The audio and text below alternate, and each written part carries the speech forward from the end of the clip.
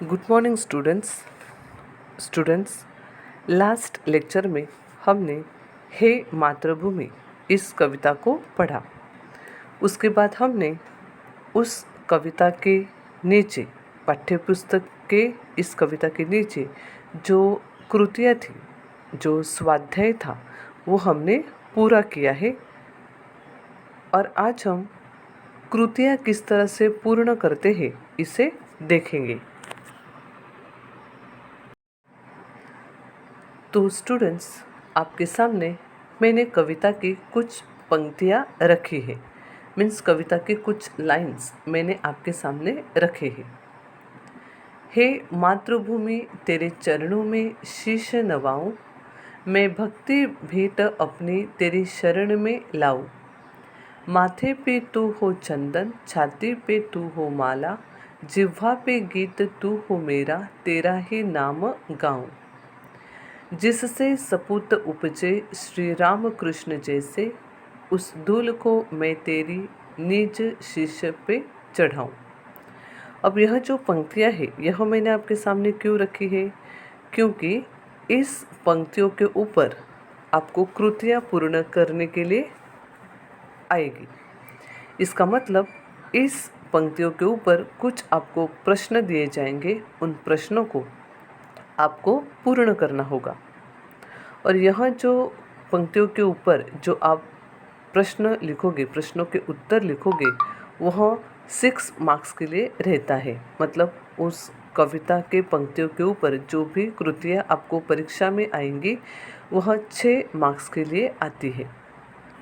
तो यह छः मार्क्स के लिए जो आकृतियाँ आपको पूर्ण करने के लिए आएंगी, वो किस तरह की रहती है, किस तरह से हमें पूर्ण करने रहती है और एग्ज़ाम में किस तरह से आएंगी, यह मैं आज आपको बताने वाली हूँ। तो स्टूडेंट्स, आप सभी को आपका टेक्स्ट बुक, आपका नोटबुक निकालना है। तो यह जो कृतियाँ हम पूर्ण करने वाले हैं, यह हम अपने नोटबुक में पूर्ण करेंगे। किस में पूर्ण करेंगे? नोटबुक में। So please students, take out your Hindi notebook. Okay, जो 200 पेजेस का नोटबुक हमने बताया है, वह नोटबुक आपको निकालना है। और इसमें फर्स्ट पार्ट जो हमने नोट्स के लिए रखा है, उस फर्स्ट पार्ट में हमें लिखना है। तो यह कविता की पंक्तियाँ आपको पहले लिखनी है। मैं एक बार फिर से इस कविता के पंक्तियों को पढ़ती हूँ, तब तक आप आपके नोटबुक में ऊपर हेडिंग में लिखने का है हे मातृभूमि, मतलब कविता पहली हे मातृभूमि। उसके बाद उस कवि का नाम भी हमें लिखना है, राम प्रसाद बिस्मिल जी। फिर उसके नीचे आपको यह कविता की जो मैंने 6 लाइंस दी है वह लिखनी है। मैं पढ़ती हूँ, तब तक आपको आपके नोटबुक में यह कविता की पंक्तियों को पूर्ण करना है। हे मातृभूमि तेरे चरणों में शीश नवाऊं, मैं भक्ति भेंट अपनी तेरी शरण में लाऊं। माथे पे तू हो चंदन, छाती पे तू हो माला, जिह्वा पे गीत तू हो मेरा, तेरा ही नाम गाऊं। जिससे सपूत उपजे श्री राम कृष्ण जैसे, उस धूल को मैं तेरी निज शीश पे चढ़ाऊं। अब यहाँ पर जिस तरह से पंक्तियाँ दी है, उसी तरह से आपको लिखनी है।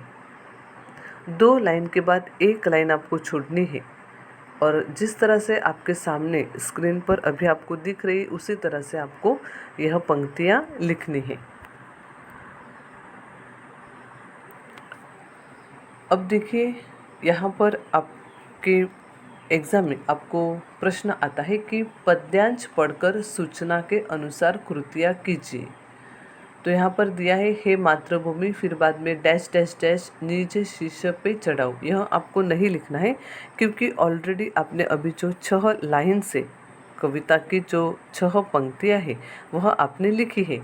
तो यहाँ पर हे मातृभूमि डैश डैश निज शीश पे चढ़ा हूँ, यह आपको जो रेक्टेंगल बॉक्स में दिया है यह नहीं लिखना है, क्योंकि ऑलरेडी आपने 6 लाइन लिखी है।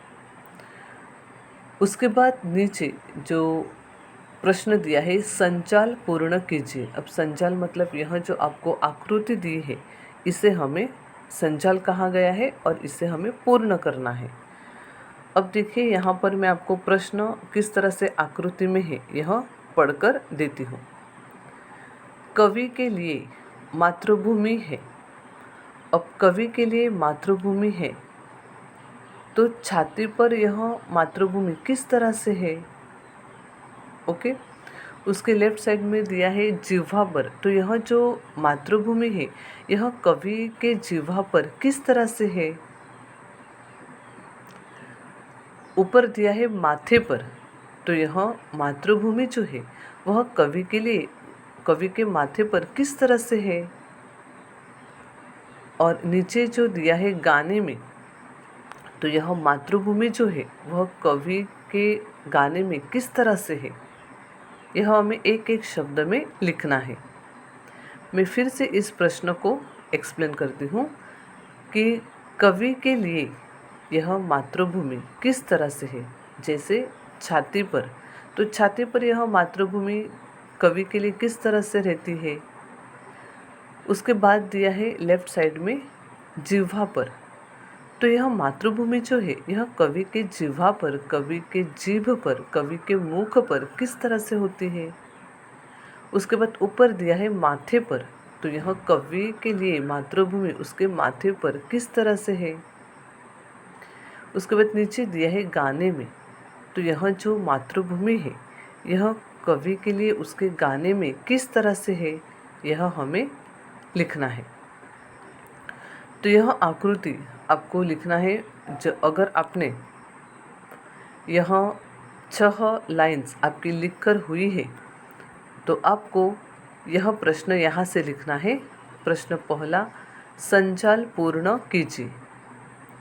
फिर उसके बाद यह आपको आकृति निकालनी है आपके नोटबुक में। अब यह आकृति आप पेन से भी निकाल सकते हैं और पेंसिल से भी निकाल सकते हैं। तो देखिए इस तरह से आपको यह आकृति निकालनी है और उत्तर के लिए आपको यह बॉक्स खाली रखना है।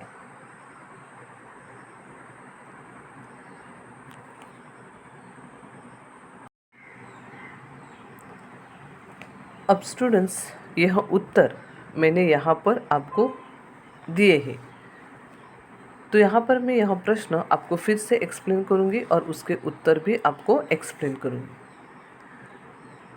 तो जैसे मैंने आपको बताया था कि कवि के लिए मातृभूमि है, तो कवि के लिए यह मातृभूमि उसके छाती पर किस तरह से है, तो माला की तरह है।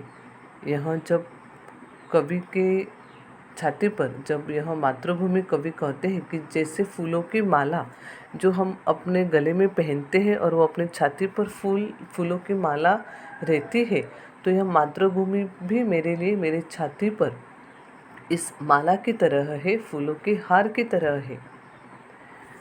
लेफ्ट में दिया है कि जिह्वा पर, तो कवि कहते हैं कि यह मातृभूमि मेरी जिह्वा पर, मेरी जीभ पर, मेरे मुख पर एक गीत की तरह रहे। ओके, उसके बाद ऊपर है माथे पर, तो कवि कहते हैं कि यह मातृभूमि मेरे माथे पर एक चंदन की तरह रहे। जैसे हम चंदन का यहाँ पर लेप लगाते हैं, तो उसी तरह यह मातृभूमि मेरे माथे पर, मेरे सर पर एक चंदन की तरह रहे। नीचे दिया है गाने में, तो यहाँ पर कवि कहते हैं कि यह मातृभूमि जो है वो मेरे गाने में, मैं जितने भी गाने गाऊं या जितने भी सॉन्ग मैं बोलूं उन हर एक मेरे गाने में मातृभूमि का नाम हो। तो गाने में मातृभूमि का नाम ही लेना चाहता है और मातृभूमि का नाम ही सबको उस गाने में सुनाना चाहता है।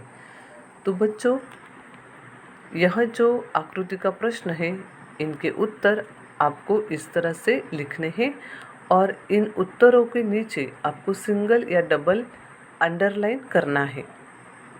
नहीं तो फिर आपने जो प्रश्न लिखा है उसमें उत्तर कौन से है वो समझ में नहीं आएंगे। तो यह जल्दी स्पॉट आउट होने के लिए, यह आपके उत्तर स्पॉट आउट होने के लिए आपको उसे पेंसिल या पेन से अंडरलाइन करनी है। ओके, और यह हमें एग्ज़ाम में यह जो प्रश्न है यह 2 मार्क्स के लिए आता है, मीन्स 2 मार्क्स के लिए यह प्रश्न आता है। ओके,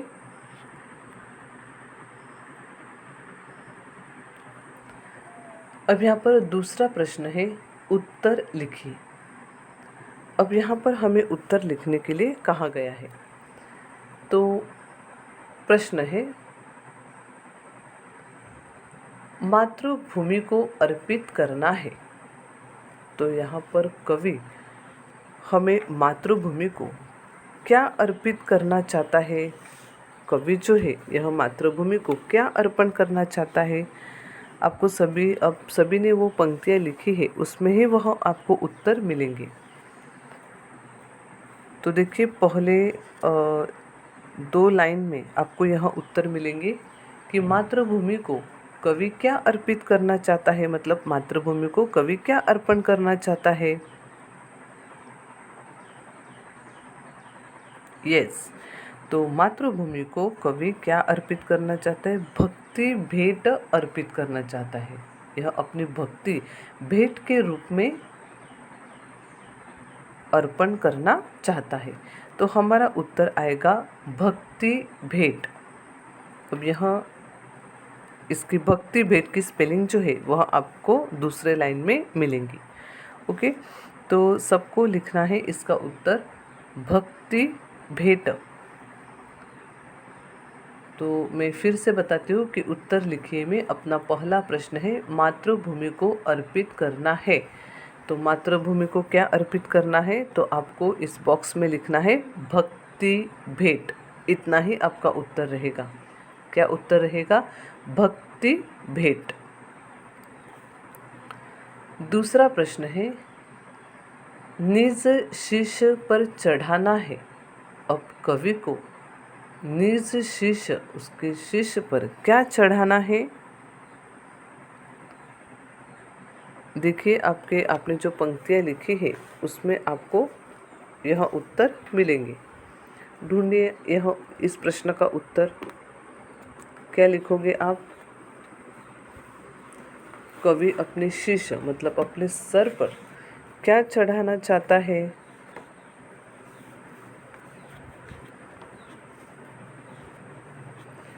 मिल रहा है आपको उत्तर? आपको खुद को उन लाइंस में यह उत्तर ढूंढना है।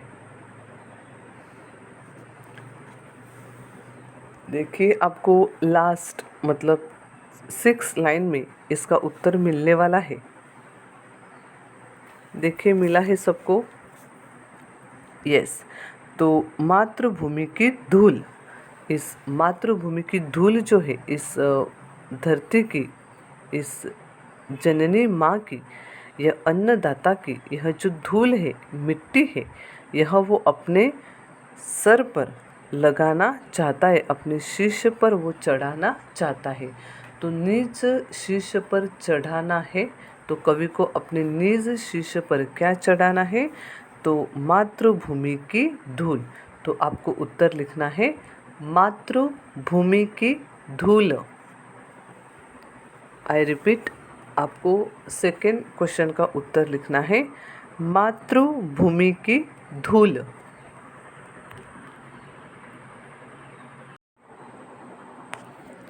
तो स्टूडेंट्स, परीक्षा में यह प्रश्न हमें 1 मार्क के लिए आता है। तो इस प्रश्न के लिए हमें 1 अंक रहता है। और यह जो प्रश्न हमने पीछे देखा उसे 2 मार्क्स रहते हैं और इस प्रश्न के लिए 1 मार्क रहता है। अब यहाँ पर प्रश्न दूसरा प्रश्न है, कविता की पंक्तियाँ पूर्ण कीजिए। अब हमें कविता की पंक्तियाँ पूर्ण करने के लिए कहा है। यह भी तो इजी प्रश्न है, एकदम आसान क्वेश्चन है यह, कि हमें कविता की पंक्तियाँ पूर्ण करने के लिए कहा गया है। तो यह हमें 1 मार्क के लिए आता है, इसके लिए 1 अंक 1 मार्क रहता है। तो जिससे सपूत डैश शीश पे चढ़ाऊँ। अब देखिए, यह 5th और 6th लाइन जो है आपके सामने, आपका टेक्स्ट बुक है, अभी आपने लिखी हुई कविता भी आपके सामने है। तो उसमें देखिए 5th और 6th लाइन जो है यह इस प्रश्न का उत्तर है। मतलब हमें कॉपी राइट करना है, हमें यहाँ कविता की लाइन जो है वह देखकर लिखनी है। तो बच्चों यह 1 मार्क जो है वो हमारे हाथ में है, यह हमें आंसर देखकर ही लिखना है, तो इसमें मिस्टेक नहीं करनी है। ओके, तो हम क्या लिखेंगे कि जिससे सपूत उपजे श्री राम कृष्ण जैसे, उस धूल को मैं तेरी निज शीश पे चढ़ाऊं। तो यहाँ पर इस पंक्तियों को आपको अंडरलाइन करना है। देखिए कितना इजी प्रश्न है ना। तो अभी आपको यह 2 मार्क्स के लिए आता है,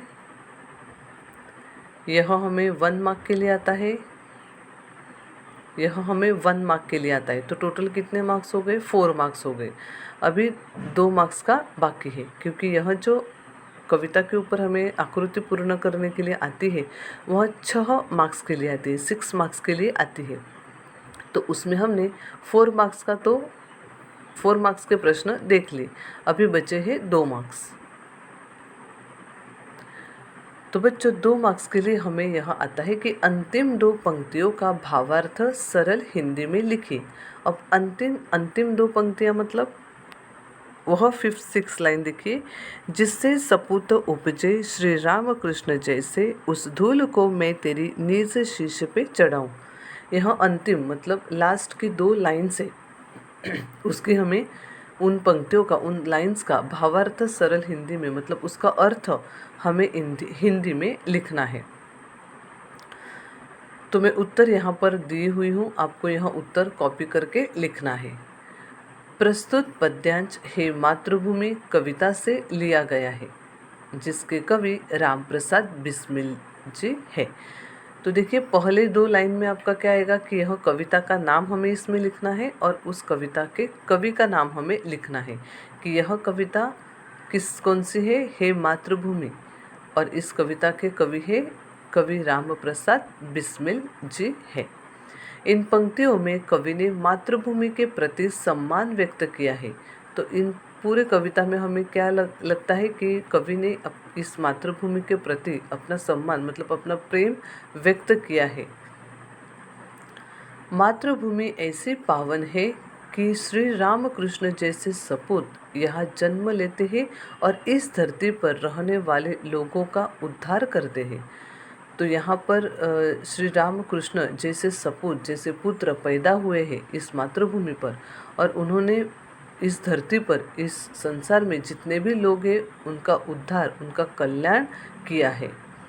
इन सपूतों के श्रेष्ठ कर्मों के कारण इस धरती की मिट्टी का कण कण पावन हो गया है।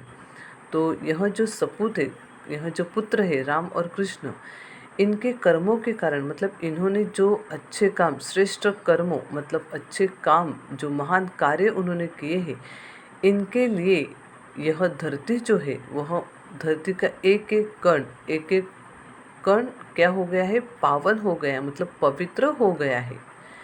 इस धूल को अपने शीश पर चढ़ाकर कवि धरती का सम्मान करना चाहते हैं और सत्कर्म करना चाहते हैं।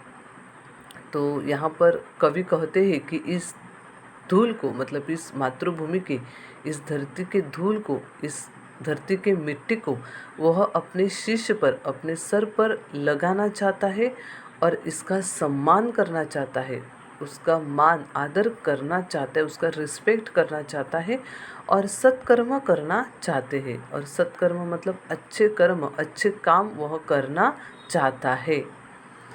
तो देखिए वो अंतिम जो 2 पंक्तियाँ हैं, 2 लाइन से, उसका यह अर्थ दिया है। तो इस तरह का आपका उत्तर लिखना है, इसके लिए हमें 2 मार्क्स रहते हैं। तो हो गए अपने पूरे 6 मार्क्स। यह प्रश्न हमें 2 मार्क्स के लिए आता है, यह प्रश्न हमें 1 मार्क के लिए आता है, 3 मार्क्स हो गए। यह प्रश्न कविता की पंक्तियाँ पूर्ण कीजिए 1 मार्क के लिए आया है, तो 4 मार्क्स हो गए। और यह कविता के पंक्तियों का अर्थ, भावार्थ हमें लिखने के लिए कहा है, यह 2 मार्क्स के लिए है, मतलब टोटल 6 मार्क्स हो गए। तो ये कविता के ऊपर जो हमें कृतियाँ पूर्ण करने के लिए आती है वह इस तरह के 6 मार्क्स के लिए आती है। इसमें, इस कृतियों में कविता के ऊपर जो भी आपको प्रश्न पूछे जाते हैं उसमें ग्रामर का प्रश्न नहीं पूछा जाता। तो यह आपको ध्यान में रखना है कि कविता के ऊपर जो भी आकृतियाँ आपको पूर्ण करने के लिए आती है उसमें ग्रामर प्रश्न नहीं पूछा जाता। तो बच्चों, यह सब आपको आपके नोटबुक में लिखना है, उत्तर के साथ और आकृति के साथ। यह जो आज के वीडियो में मैंने आपको कृतियाँ समझाई है, यह आपको अच्छी तरह से आपके नोटबुक में पूर्ण करके लेना है।